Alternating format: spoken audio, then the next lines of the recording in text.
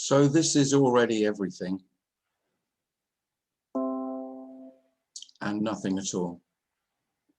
This is all.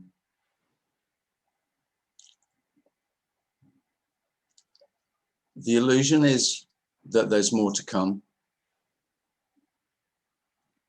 as well as the illusion that there's a lot that has passed.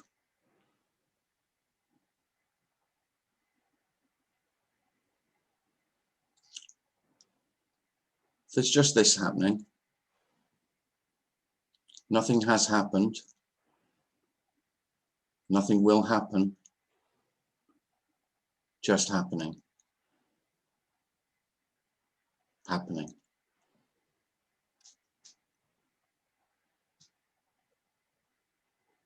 You can't find happening because it's already happening.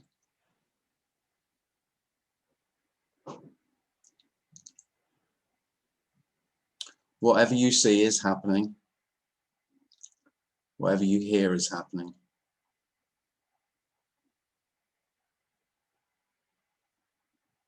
The illusion is that it's happening in time, and that each happening has a certain duration. Each thing has a lifespan, a continuity, a birth and a death. Whereas this happening is always born and always passing away. You could say that there is neither passing away nor neither birth nor death. Or you could say that this is both. That makes no difference. What wants to be said is that there really is no beginning and ending. This doesn't begin. This doesn't end. This doesn't have a space between a beginning and an end that you could call life.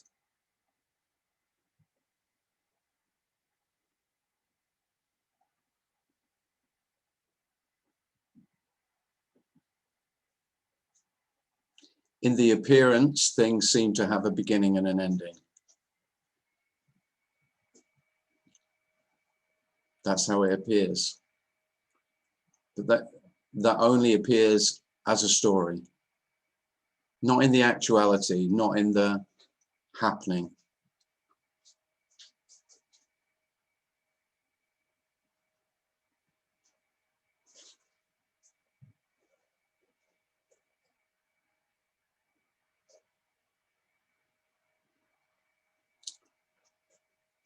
And so as there is only this happening, it's always already whole and complete. It doesn't lack. All stories of lack are simply that.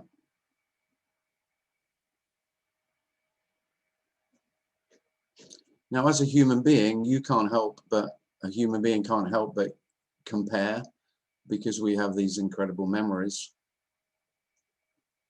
or not. And in that, all comparison is compared with what was or what might be. So this happening is always in comparison to how it was in the past, how it might be in the future. I'm not saying that they will stop appearing, those memories, those plans, those hopes and dreams. They're just what happens too, if that's what's happening. It's too simple. There isn't anything to get. There isn't anything to learn. Well, there's plenty to learn, but about this, there's nothing to learn. So in that, there's great rest and ease.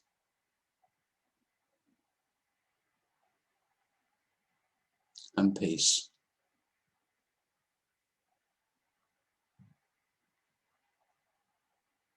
It's not that everything is as it should be. It's not that everything is as it could be. It's simply that everything is as it is.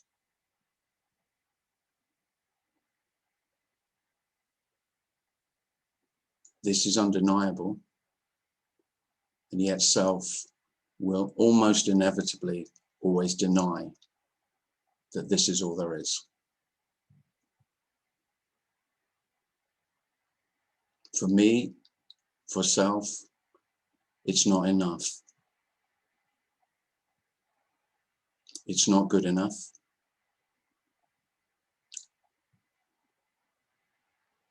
Because I live in the dream, I live in the story of my becoming, moving forward towards completion, towards wholeness. This isn't moving forwards. This isn't becoming.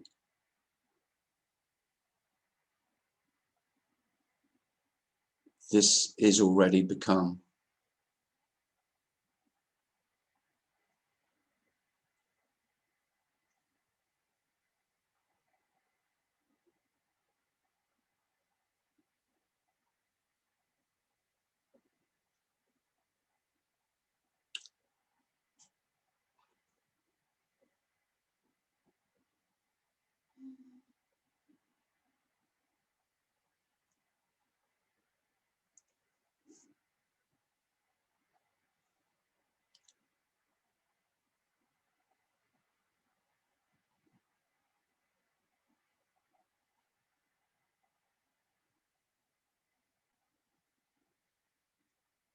So in this simplicity, whether there's doing or not doing, one is not better than the other.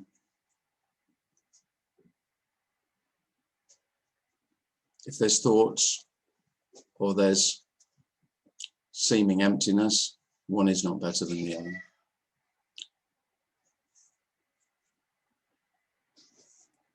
This simply isn't better or worse than it is.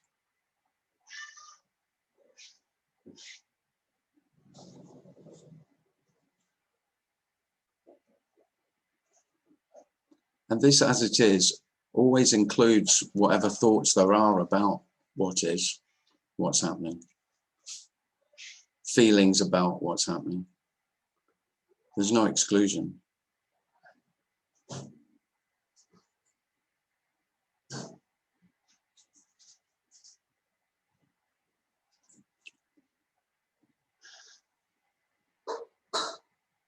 So the thought that this shouldn't be happening, if that's what's happening, that's what's happening. It's really too simple.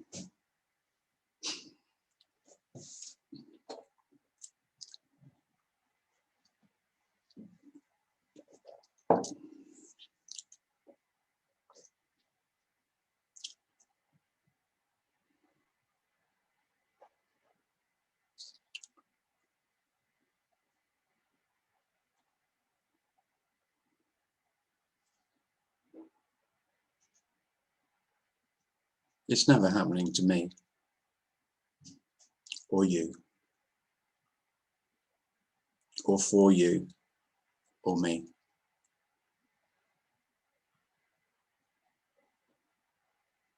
Life isn't for or against.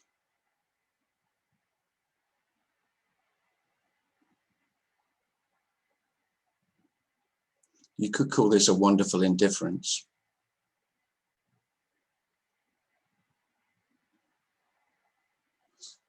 To me and my desires about how life should be.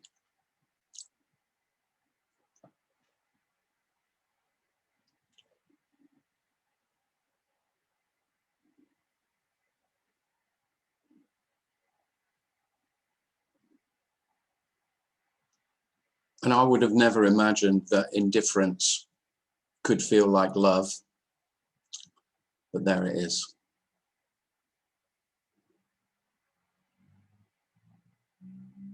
And by indifference, I mean the absence of preference, that life is looking out for me. Life has my best interests. It might be simply obvious that life has never recognized me. The only one that's recognized me is me, and the other me's who want confirmation that their me can recognize another me and confirm each other.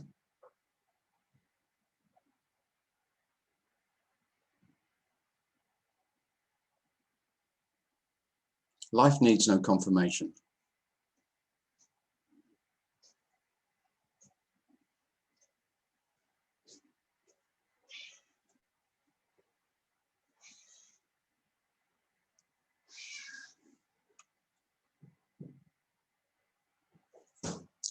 Well, we were late starting today, so the meeting will go on till about 7:20. Thanks again to Darren for starting the meeting and letting you all in. You're welcome to ask any questions. You're welcome to share anything.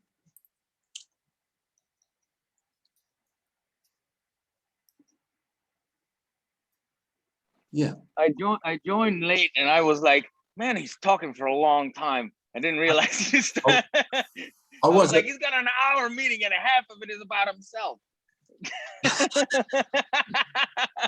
I wasn't speaking very long, Joey. I realized that.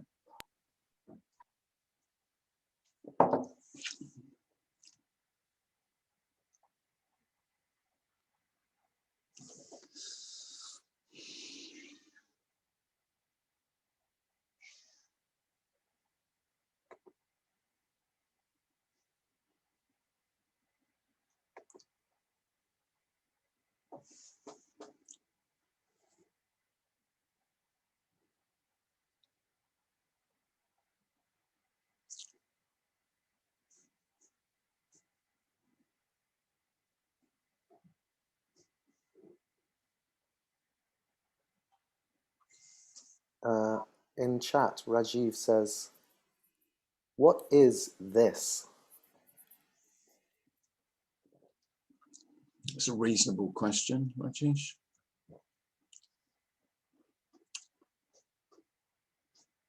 Everything.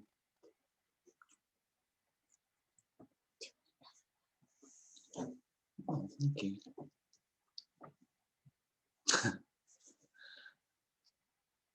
Well, it's easier to say what it isn't.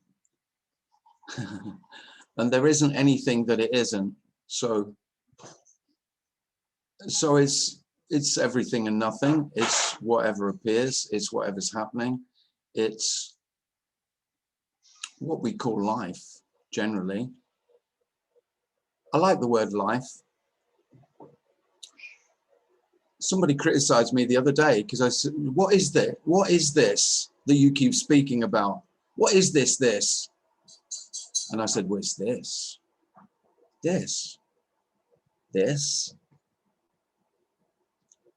And of course, the trouble is, it sounds like, well, it's not that then. But it's that as well.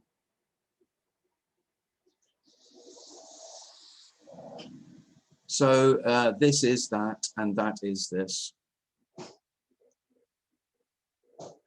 That sort of covers everything, doesn't it?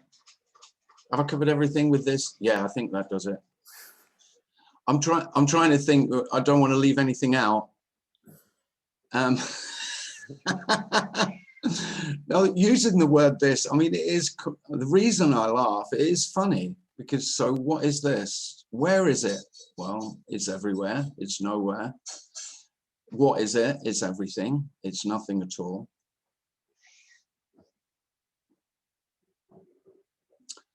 So, you know, I'm guessing that maybe the difference in the expression of this as it comes out here is that a lot of spiritual teachings talk about that, don't they?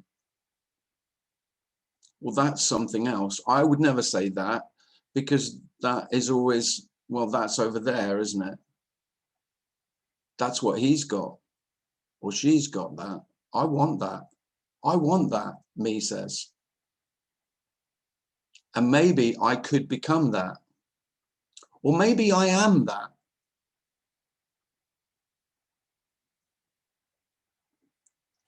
Well, there is no one to be this, and there is no one to be that.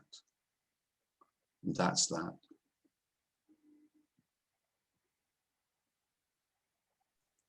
It really doesn't matter. This doesn't mean anything. It's I like it because it's it has a neutrality about it. It's not a spiritual word, and it's not really a psychological word, and it kind of is present tense. But it doesn't mean anything particular. There isn't a this, just this. Rajesh, I'm sure that's not a satisfactory explanation of what this is, but it's all I've got. And Tej has his hand up. Tej. Hi, Tim. Hi. I have a paradoxical question to ask you, Yeah. which I've been grappling with. How do you know that you're no longer there?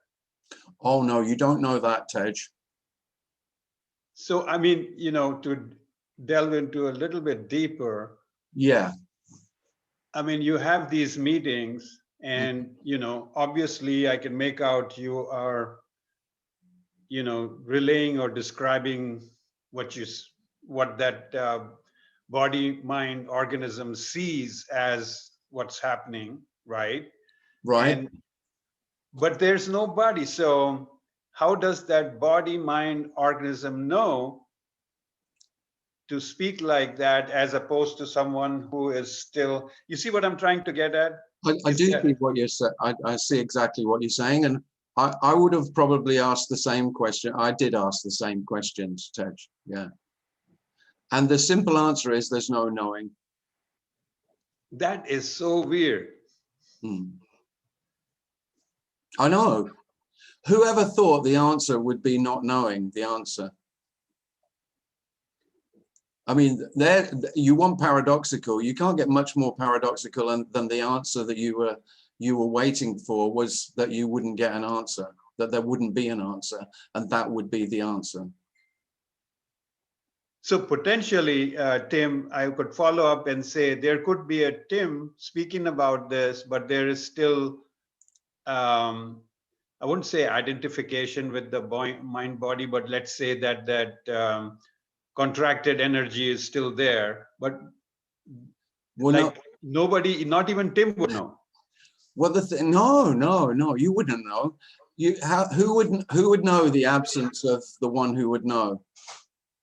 Exactly. So precisely, it's strange. The thing is, Tej, that is the end of it, really. You know, then all we're speaking about is I wanted to know that answer that you the question that you've asked. I wanted to know the answer, and what we're speaking about is the end of the one who asked those questions. Those questions no longer appear. Now, it's not that self no longer appears. There is, because this message is not saying that there is a self and then the self can disappear or die. There is no self. The self. But Is there a recognition that there is no self? No, It's not even that. no, it's not that at all. That is so weird, because Well, then there. well, the thing is, Tej, I mean, I've heard speakers who do speak in that way, and for me, it's always laughable. Who would recognize? Exactly. And what is it that would be recognized? Exactly. The recognition here, for want of a better word, I don't really like it, because it's not. There is nothing to be recognized. There is only what's happening, and there's nothing needs to happen in order for what's happening to be recognized by a human being. It's already, everything is already recognized.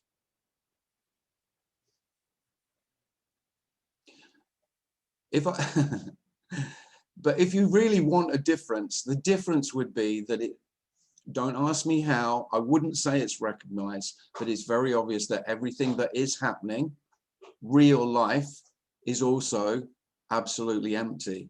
And in that sense, what I've taken to be real, what normal human beings with a sense of self, with a sense of separation, what they would say is real life, is also absolutely empty.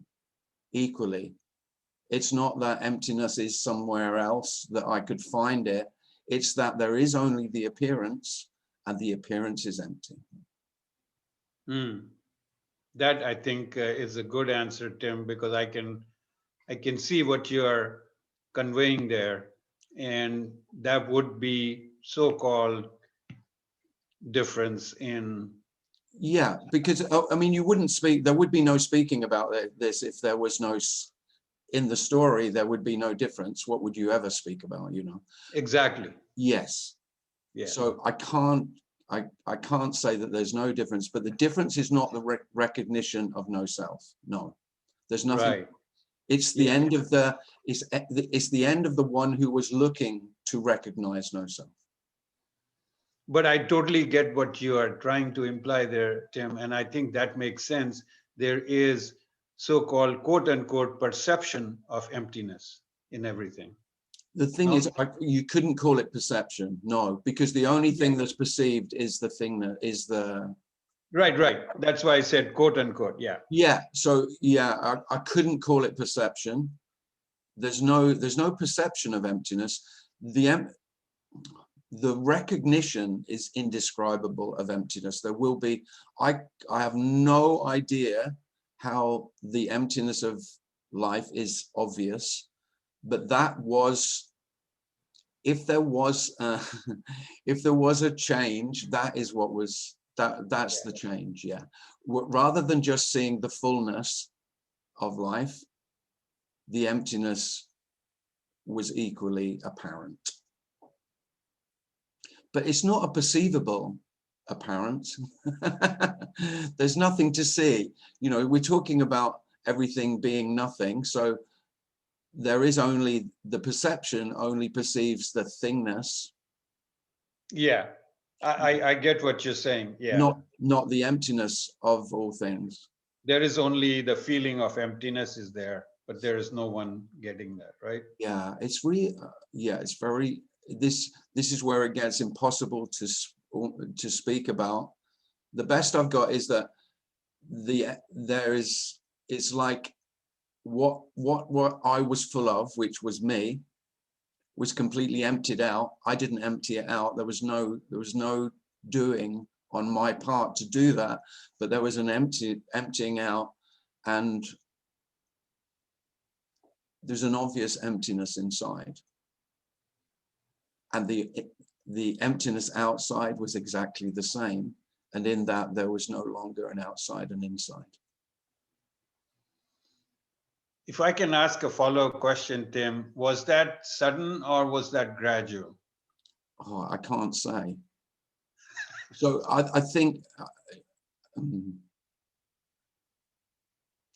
no, well, I can say it wasn't sudden. I can definitely say it wasn't sudden, no. Okay. I would say it was imperceptibly slow. Okay.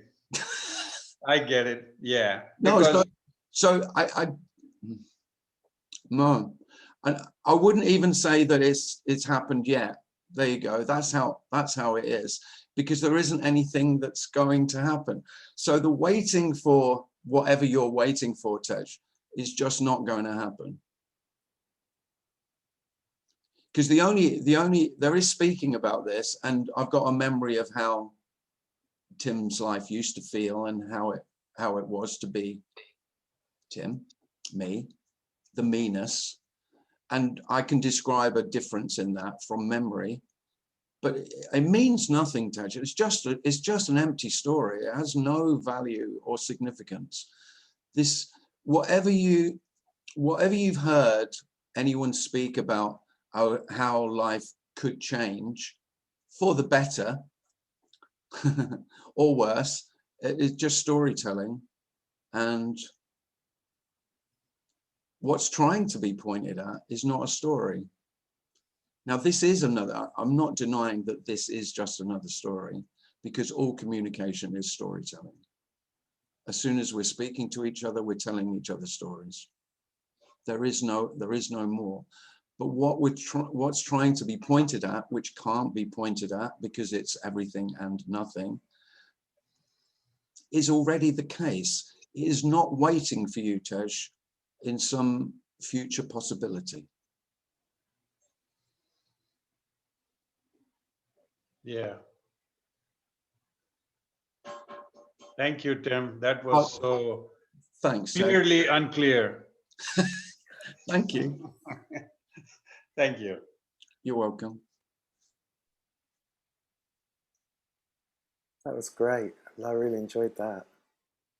Thanks, Darren. Yeah. It's you know, these are the these are the sort of conversations that that if you speak about this, you're trying to avoid, really. Because you can't say anything about it, you know, and you just end up telling stories, and nothing wrong with that. But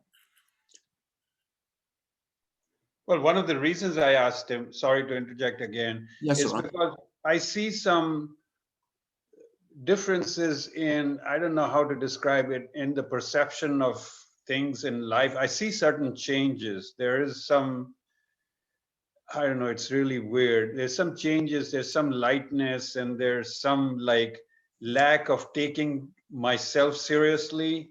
And it's very gradual. Mm-hmm. And, you know, I don't know what to make of it, you know. Some of them are not even, I cannot even explain. Like I was saying in the meeting in the morning with Nothing with Richard, is like a few days back, I had this very weird, I would quote unquote experience, and I couldn't figure it out. It was like, what the hell was that? I got up in the morning and it was like so weird. I couldn't understand. There was a slight fear, trepidation, but it was like touching the void or something like that. I mean, I can't even describe it. No. Yeah. Well, there you go. You should have some sympathy with me then. You getting me to try and describe. Yeah, right. that we can agree on. Yeah, right.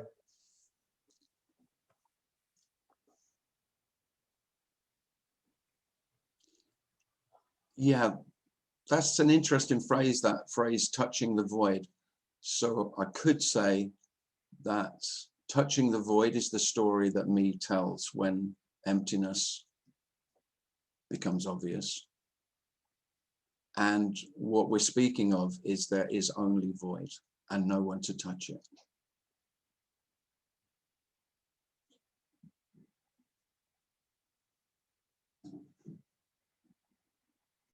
And self will almost inevitably be very afraid of the void. There's no place for you in that.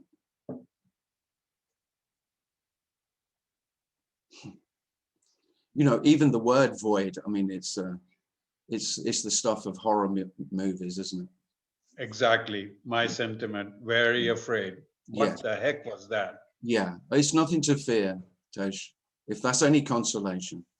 Yeah, that is a consolation, Tim, believe me, because really, yeah, I hear that from you and others, and I say, okay, we'll just cool off on.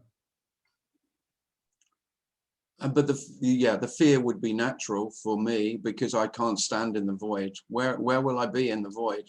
Well, there's no place.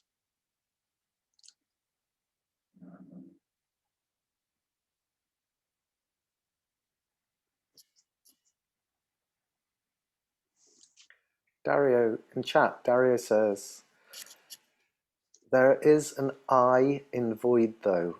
I don't know whether that's a question or a statement or a question. Right, this is not a spelling bee.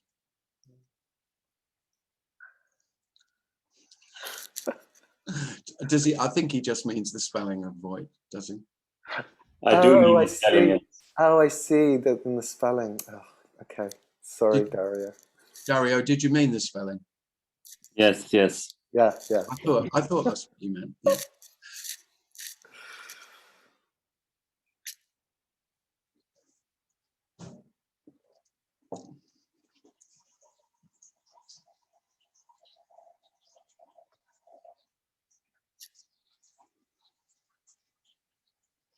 There is an I in void, but there's none in team.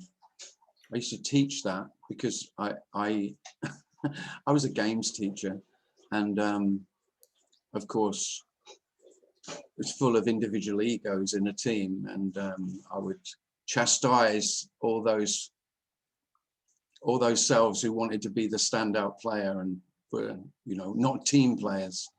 There's no I in team.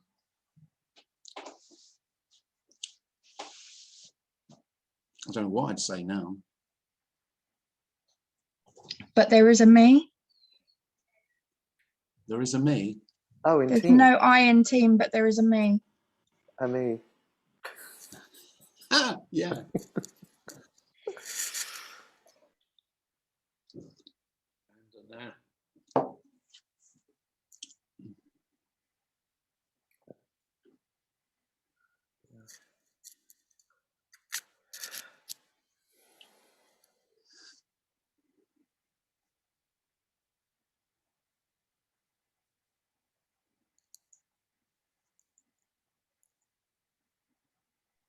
Ted, just a quick word.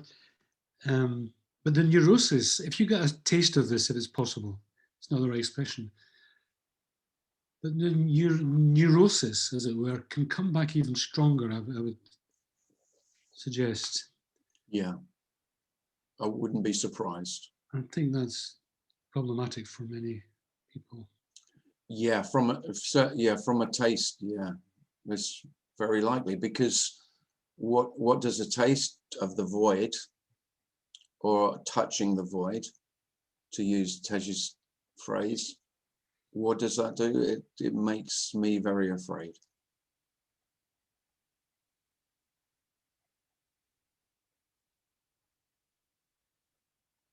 Richard describes that process quite well. I mean, process not being the word, but Richard Sylvester? yes. Yeah.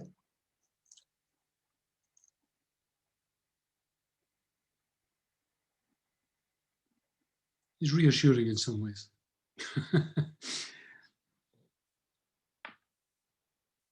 Yeah, I mean, I've spoken about it before, but the void is that absolute darkness, that lack of light, which is the light of knowing, which I feel I need in order to know my place, in order to feel okay with myself, to know where I am. And what wants to be said here is that the darkness is nothing to fear. It's nothing. It's nothing to fear. You know, we've self is always moving towards the light, always. You know, there's so many stories of that, you know, even in death, stories of moving to the light, as though the darkness is the enemy. The darkness is my enemy because there's no place for me in darkness. Well, darkness and light are not two. It's the great lie that self tells itself, that I need the light. I live in the light. The darkness will kill me.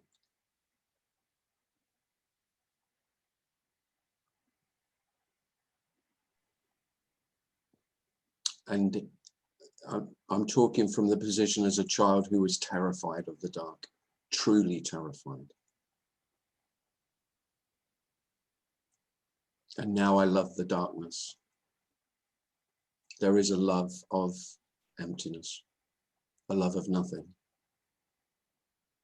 Because there is no separation between everything and nothing. All what I called light, which is what I know, everything is equally unknown and dark and empty. So there still is all what I would have called my knowledge, but it's empty of any significance. It means nothing. Everything that you've called yours is already empty. You already have nothing. There is no you to have anything. That's the freedom. And freedom from fear of the dark, from fear of the abyss, freedom from fear of the void, freedom from the fear of my death, of my non-existence, is what makes this worth speaking about. It's a bit like, very quickly, because I see Dario wants to come in. It reminds me a bit of Trumpa's thing about the bad news is you've fallen out of an airplane without a parachute. The good news is there's no ground. Yeah, because again, when you touch the void, often people refer to the feeling of free falling, like, falling. And what I fear from falling is my death when I hit the ground. This is groundless. I don't mean literally, physically. I mean, there is, don't go jumping out of airplanes without a parachute. But there is nothing to fear in the free falling. The fear of free falling is the fear that I will land, because self can't imagine that this is boundless, that it has no ground, that it has no edges, it has no borders. So there is nowhere for me to land. Because for self, that is much worse than the fear of landing and hitting the ground. I will take that. Self will always take that, because at least I know something. There is a ground and it will kill me. Self will much prefer that than complete unknowing. I'll take hitting the ground all day, me says. At least I know where I am when I smack the ground.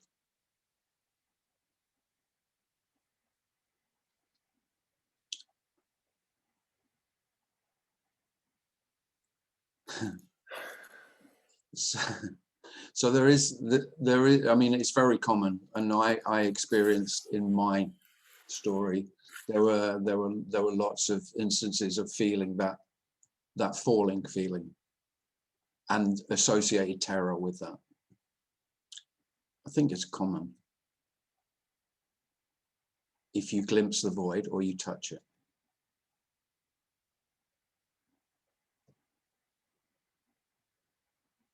But just as David said, there's nothing to fear.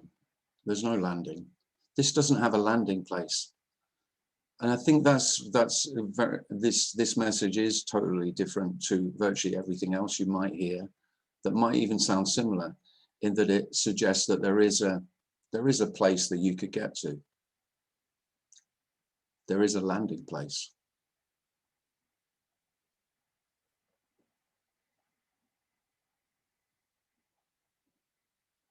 There's no one to fall or to land. Dario has his hand up. Dario, yeah. Hi. So I was actually wanted to ask a question, and then I realized it's all about me trying to know something. That's all right. I was just, I'm a little Void fanboy apparently. And I was wondering if if there are still emotions arising from past events, of like in memories, or if there are memories about the past and then emotions arising, Yeah, that can still happen. yeah. So that's not part of the me then. Pardon? That's not part of me. Nothing's part of you.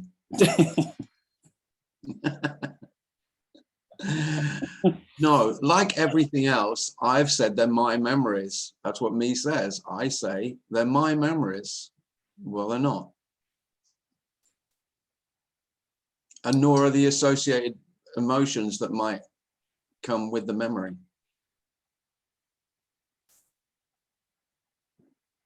So there's this apparent shift where the me is gone, but you cannot say what the me was because it was never there. Well, and I wouldn't even say that the me is gone, but to speak about it, we sort of have to say it. But Okay. no, yeah. So there are no me's.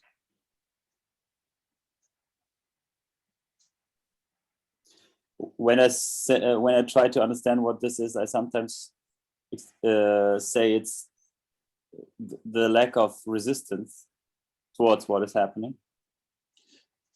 internal resistance. Yeah, you could. Yeah, I can understand why you might say that, but again, resistance is equally, free to appear as non-resistance. Yeah. Non-resistance is no more this than anything else, than being totally resistant. Everything freely appears. Yeah. Just laughing because all the constructs that I created to understand what this is just bit by bit just taken away. And yeah, well, I did a lot. Yeah, again, if it's any consolation, Dario, I worked very hard to have a thorough understanding of non-dual concepts. Yes. I worked my ass off. I could have a degree or two in this. Yeah, and if there were, I'm not joking, if there was if there were qualifications, then I would have entered myself for qualifications. But fortunately, there aren't any.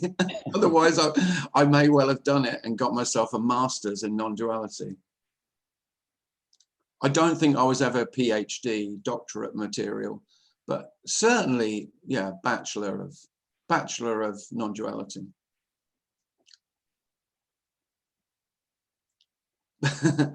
And I will say, when it was obvious that all of my learning and all of my understanding, all my studying, and I mean, we're talking a lot of, in the story, a lot of time and effort. When that was seen to be, was completely, not only was it worthless, but it didn't actually happen either. None of that. And yet there was so much trying. I cried and cried. I cried for myself.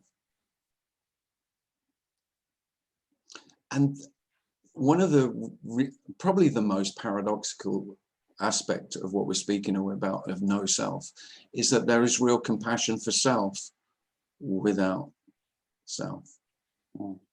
That makes no sense, does it? So I'm saying there's no self, and yet then there's much more compassion for what I had called myself, and all the trying to be good enough and to get somewhere.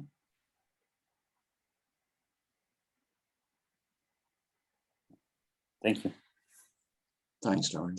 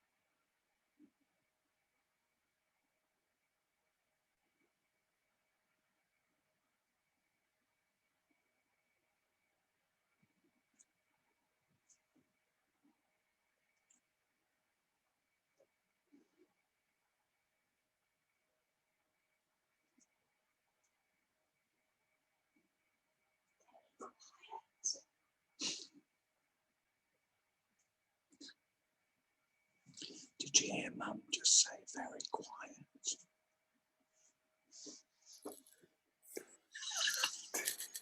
What did she say? It's very quiet. Brilliant. All my teachers are dead except silence.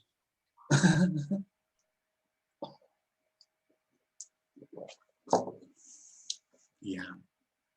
That was Ken Dodd, by the way. It's not, is it? Oh, I thought you were serious there. I thought Doddy, brilliant. He was brilliant. With his tickling stick. I loved Doddy. I saw him a couple of times. It's spectacular.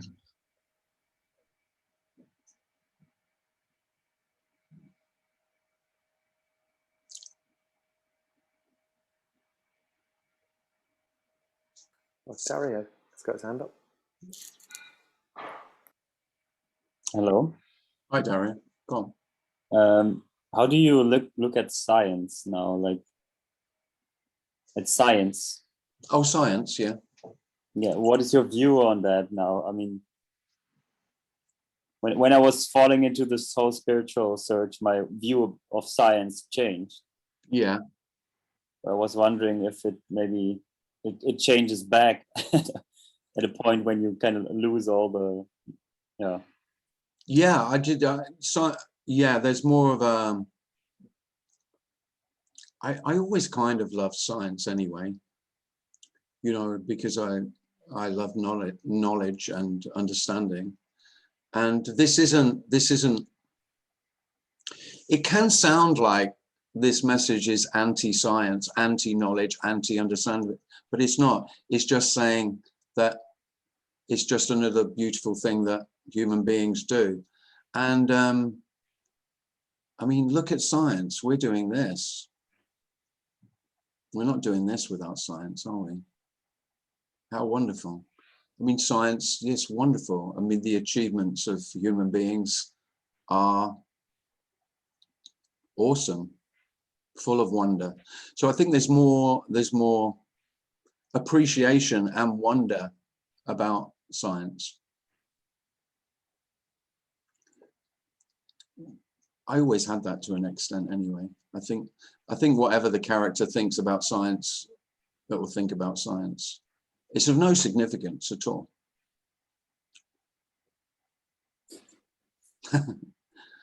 But I will say my interest in it has fallen away, but my appreciation of it has grown. My admiration for what, I mean, really to be a scientist, you need a self. You need a shitload of motivation, you know, to get you up and doing 14 hours of statistical analysis every day of whatever you're studying. Yeah, you're not. If most human beings lost their sense of self, there wouldn't be a lot of science getting done. I don't think. There's my prediction. But because what I'm talking about is how motivated you have to be a good scientist. Like you have to be, you know, you have to have incredible there has to be incredible motivation to excel at anything, doesn't there? So again, you know, I think you do need that not good enough, not there yet, that drive that comes from the sense of self's sense of lack. I need to find an answer. And that answer will bring me what I crave, whatever that is in the story. But there is an appreciation of science. I will say, I don't, you know, what we're speaking of, without me and my judgments about the value of different pursuits, everything is equally,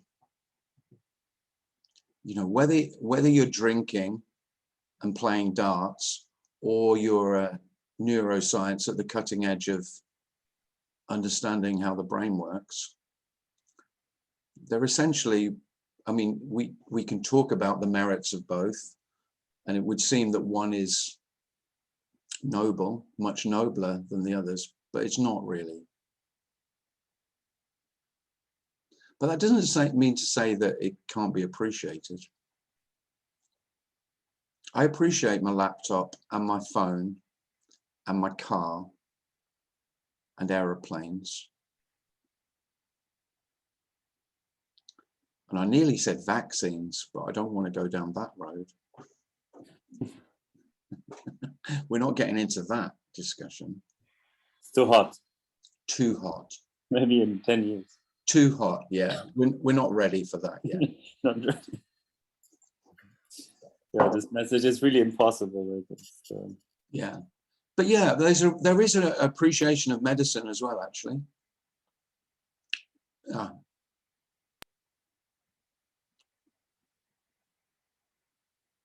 Which is science. No, I give up.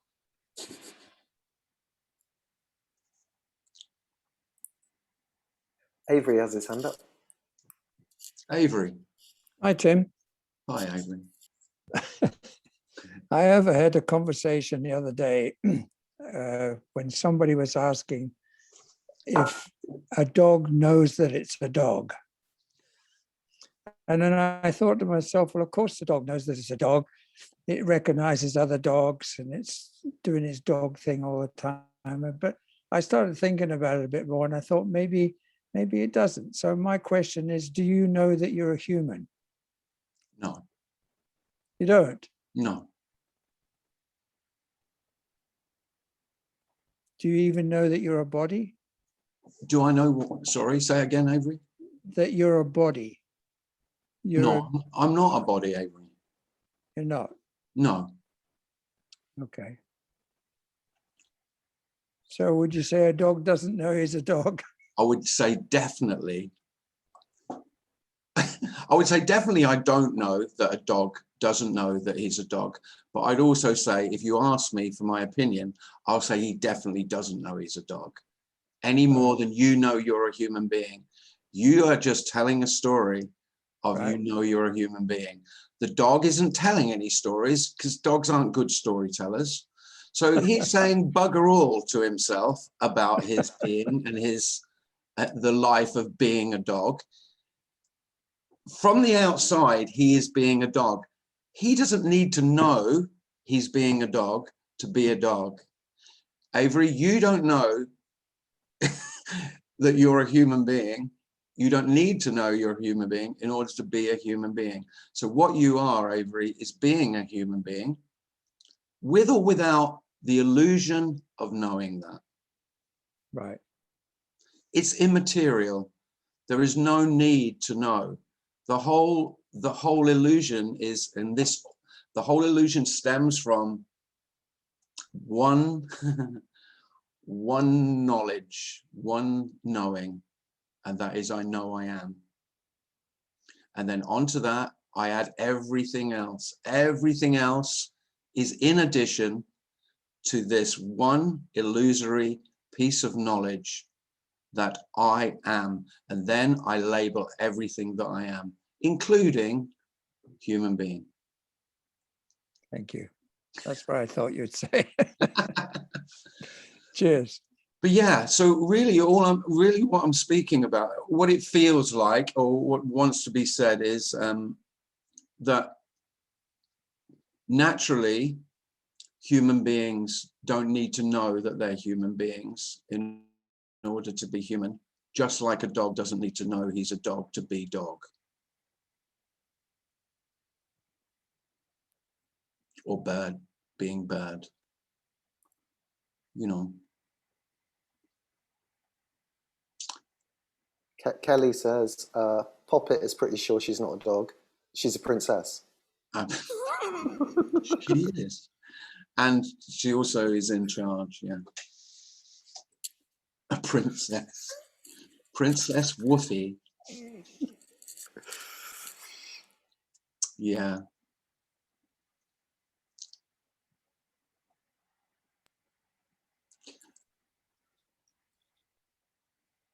No. Well, yeah, we're the only, it seems like, we're the only beings that seem to need to know what we are in order to be what we are, whereas everything else is just being what it is, without any knowledge. David here. I am a bit confused about your implication that the business of being a captain of industry or a highly driven person, very much in the story here, of course, Yeah, is mutually exclusive from this. I don't think it is. No, I don't think it is mutually exclusive. You know, that without a self, you couldn't be totally driven. I just get a sense that it's very unlikely, David. Really? Yes. I would go as far as to say extremely unlikely. Are we not back to, I think we're dipping in and out of the absolute and relative, whatever that means, but we're back to the, you know, I ask a question like that, the response is there's no one. No, there is no one.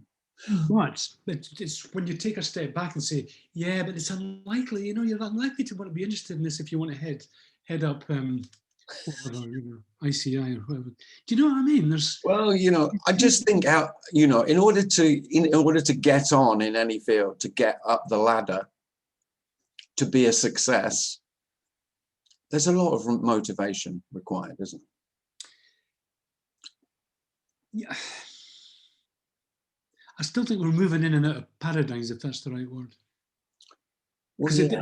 you know, because the answer is, again, there's no one. Yeah, forget I said it. Shut up. Not you, me.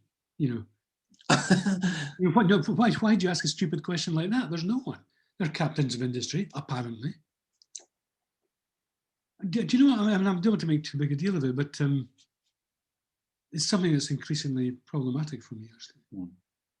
Does it all have to go blah blah blah? No, not at all. I'm not implying that, but it does seem that there, you know, if you were highly motivated in order to be a success, that drive and that motivation usually comes from a sense of lack and a sense of a need to achieve. Yeah, I know, but if you're spending hours on Zoom sessions and non-duality talking about the absolute ridiculous nature of you know, cause and effect, and then you say something like that, you think, oh fuck me, I got it all wrong.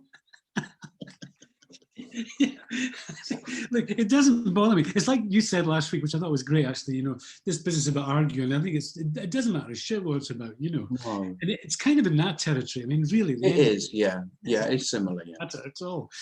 But in that kind of grounded, relative sense, it is. I think it is slightly problematic because naive people like me, that, you know, and it's supported in loads and loads of texts and all the kind of going back centuries, you know. Sorry, mate, it's all going to have to go. Well, yeah, and then in the going of everything, nothing is lost. Yeah. Yeah. Because the only thing that has to go is what I've called mine.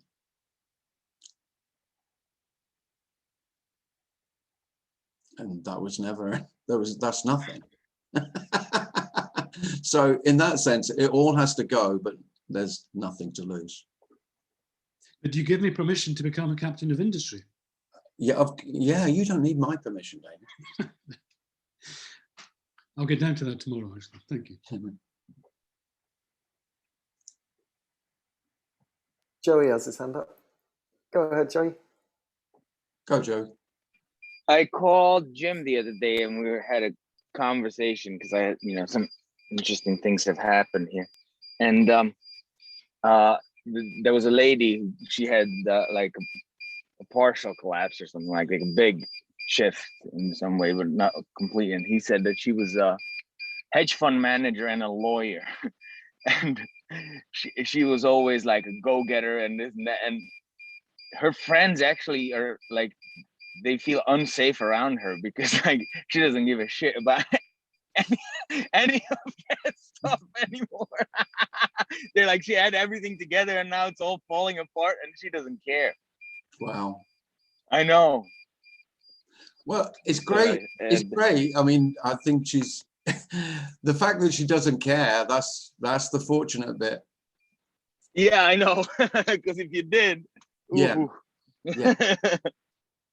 Yeah. Oh, cheers. All right. I just thought it was a nice time to interject that. Yeah.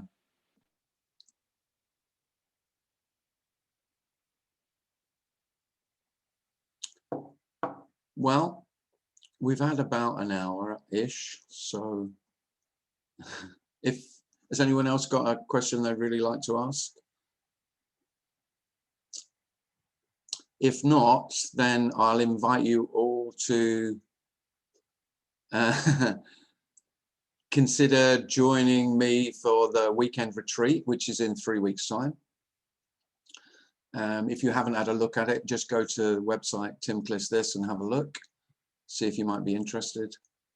If not, you're all welcome next Thursday as usual.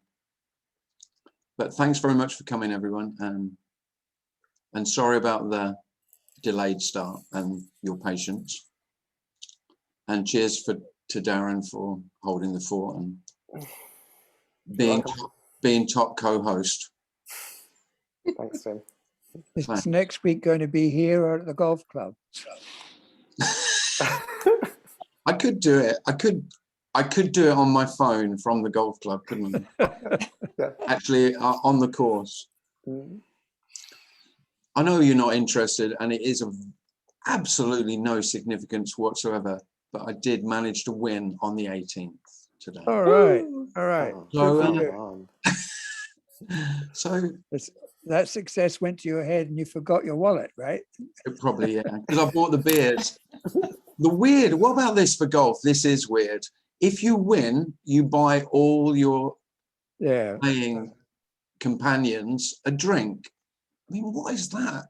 What is that? The weirdest, I don't know, tradition. Yeah, it's very wrong. So you win and then you buy everyone a drink. Yeah. You win in a very unambitious way, Tim.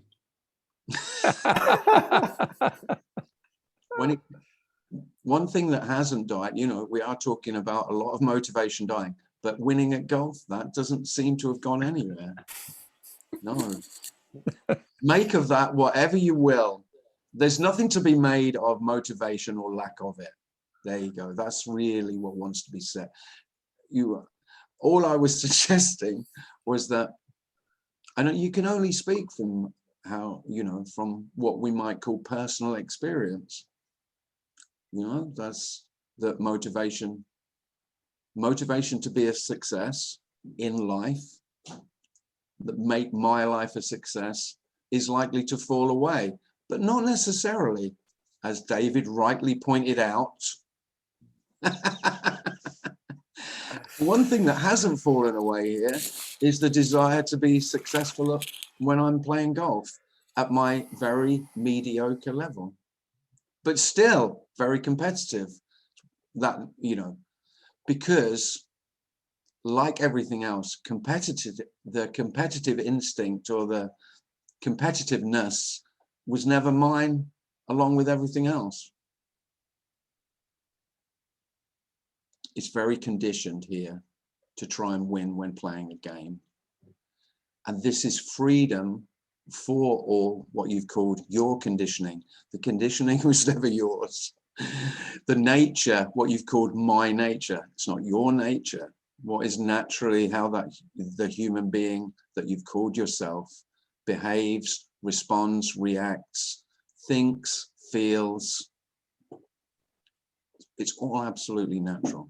And has your dad to never let you win at any game? And Mum's just pointed out that my dad never let me win at anything. So, surprise, surprise, I've got massive conditioning to try and win. Everything is revealed. Oh, brilliant. He was super competitive, my dad. There we go. Well, thanks very much, everyone. Great to see you all. Thanks, Thank you, Tim. Tim. Take care. Thank you. Thanks, Tim. Thanks, Darren. Thanks. Thank you, dear. See you. Bye.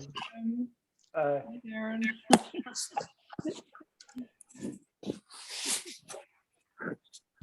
Nice little interjection from Pamela.